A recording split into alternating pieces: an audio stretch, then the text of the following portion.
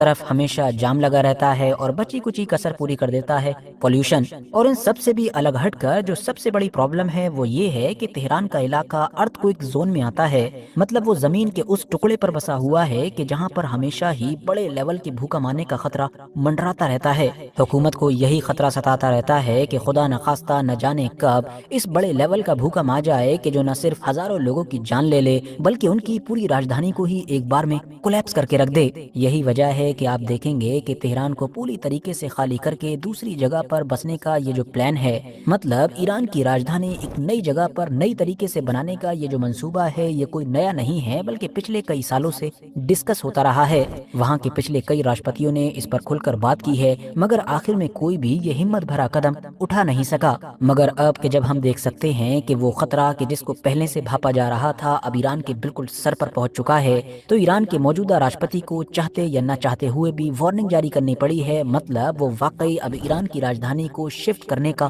منصوبہ بنا رہے ہیں۔ تو اب سوال یہ بھی ہے کہ بھئی ایران راجدھانی تو بدل رہا ہے، مگر ایران کی یہ جو نئی راجدھانی ہوگی وہ ہوگی کہاں پر؟ تو ابھی تک کے ڈسکشن میں جو نام سب سے اوپر آ رہا ہے وہ ہے مکران۔ حیرانی کی بات یہ ہے کہ گلف آف عمان کے پاس میں موجود یہ مکران نام کا علاقہ جو تہران ہے اس سے بہت دور ہے۔ اب کیونکہ یہ کوسٹل ایریا ہے، سمندر سے لگا ہوا ہے، تو گورنمنٹ کا ماننا ہے کہ یہاں پر ایران کی راجدھانی بنانے سے انٹرنیشنل ٹریڈ میں کافی فائدہ ہوگا، کیونکہ پہلے سمندر کے کنارے موجود جو پورٹس تھے ان سے چیزوں کو تہران تک لے جانے میں یا پھر تہران سے ان چیزوں کو یہاں پورٹس تک لانے میں جو بھی ٹرانسپورٹیشن کا خرچہ آتا تھا وہ سب بچنے لگے گا۔ اس کے علاوہ ایک اور پلس پوائنٹ یہ بھی ہے کہ کیونکہ مکران نام کا یہ بڑا علاقہ پوری طریقے سے خالی ہے، تو ایران کی گورنمنٹ کے پاس اب موقع ہوگا کہ وہ بالکل نئی طریقے سے نئی پلاننگ کے ذریعے سے اپنی راجدھانی کو جیسا چاہے ویسا بنائے۔ مگر مکران کی یہی چیز ہی ایرانی گورنمنٹ کے لیے سب سے بڑا چیلنج بھی بن رہی ہے، بلکہ ہم نے آپ کو پہلے جو بتایا تھا کہ پرانے کئی راشٹرپتیوں نے اس کے بارے میں بات کی تھی